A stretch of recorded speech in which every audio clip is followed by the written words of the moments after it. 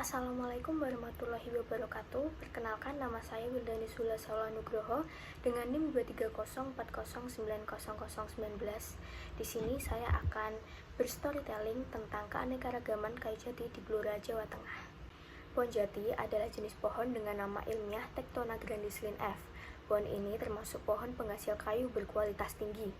Dalam bahasa Inggris, pohon yang dikenal dengan nama Teck ini menghasilkan kayu jati yang sangat kuat dan awet.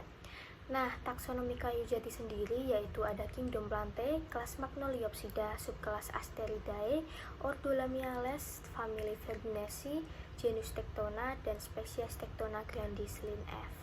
Pohon jati cocok untuk tumbuh di kawasan iklim tropis di Indonesia. Iklim tropis yang memiliki kondisi dan cuaca dengan curah hujan berkisar 1.200 hingga 2.000 mm per tahun dan dengan kelembapan 60% hingga 80% sangat mendukung bagi pertumbuhan jati.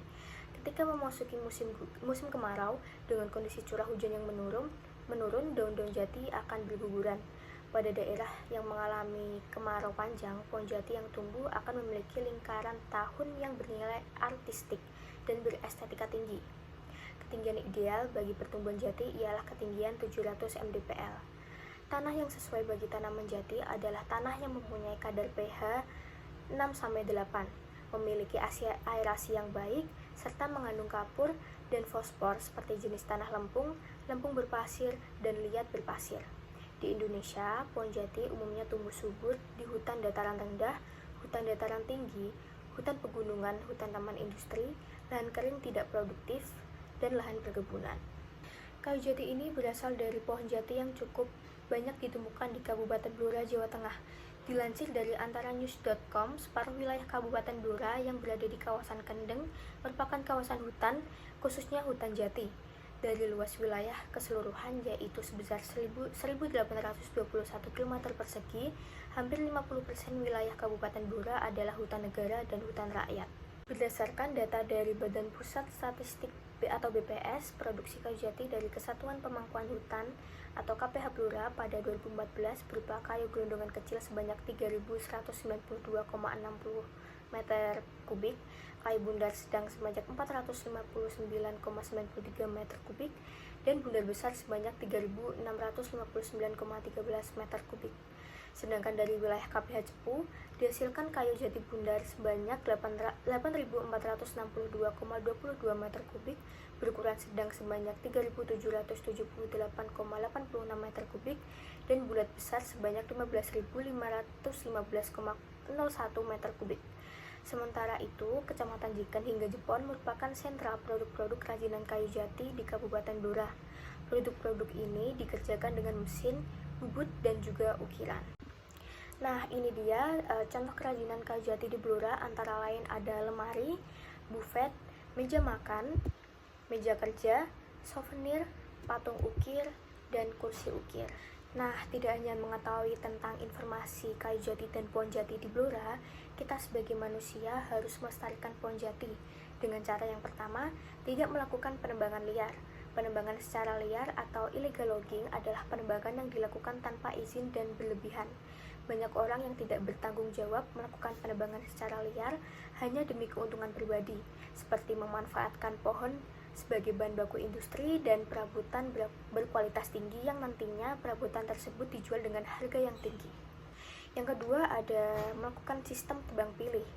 Tebang pilih atau high grading adalah istilah yang merujuk pada aktivitas memanen yang terbaik dan membiarkan yang lainnya. Dalam kehutanan, tebang pilih dilakukan menjaga kelestarian hutan termasuk tumbuhan jati.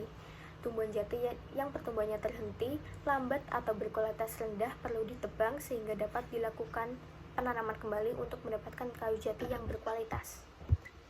Yang ketiga ada mengadakan penanaman jati. Selain menjaga kepunahan, mengadakan penanaman jati juga dapat dimanfaatkan sebagai investasi bisnis yang menjanjikan.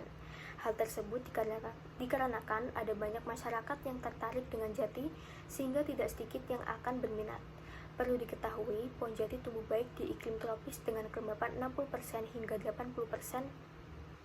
Pertumbuhan ideal jati adalah 700 mdpl dan kadar tanah yang sesuai untuk jati adalah pH 6-8. Pohon jati juga dapat tumbuh dengan subur di tanah lempung berpasir, dan liat berpasir. Nah, ternyata banyak sekali nih manfaat pohon jati. Antara lain, kayu jati dapat dimanfaatkan sebagai bahan dasar pembuatan kapal. Kayu jati lebih bisa diandalkan untuk pembuatan rumah dibandingkan semen dan bata, khususnya di daerah pedesaan. Menjadi bahan baku dalam pembuatan furniture seperti meja, kursi, lemari, tempat tidur, atau kusen. Daun jati juga dapat dimanfaatkan sebagai pembungkus makanan sehingga rasa yang dihasilkan akan lebih nikmat. Dari informasi yang sudah saya sampaikan tadi, dari storytelling yang sudah saya sampaikan tadi, kesimpulannya adalah kayu atau pohon jati harus dilestarikan karena memiliki berbagai macam manfaat bagi alam kita. Seperti misalnya akar dan pohon jati berguna atau bermanfaat dalam pencegahan bencana banjir, juga longsor yang biasanya terjadi saat musim hujan. Akar pohon jati akan menyerap air dalam jumlah banyak, terlebih biasanya pohon jati ditanam dalam jumlah yang banyak juga. Baik, sekian dari saya. Biru laut seperti kolam, ikan paus pandai menyelam. Dari lubuk hati yang paling dalam, saya tutup dengan salam. Terima kasih. Wassalamualaikum warahmatullahi wabarakatuh.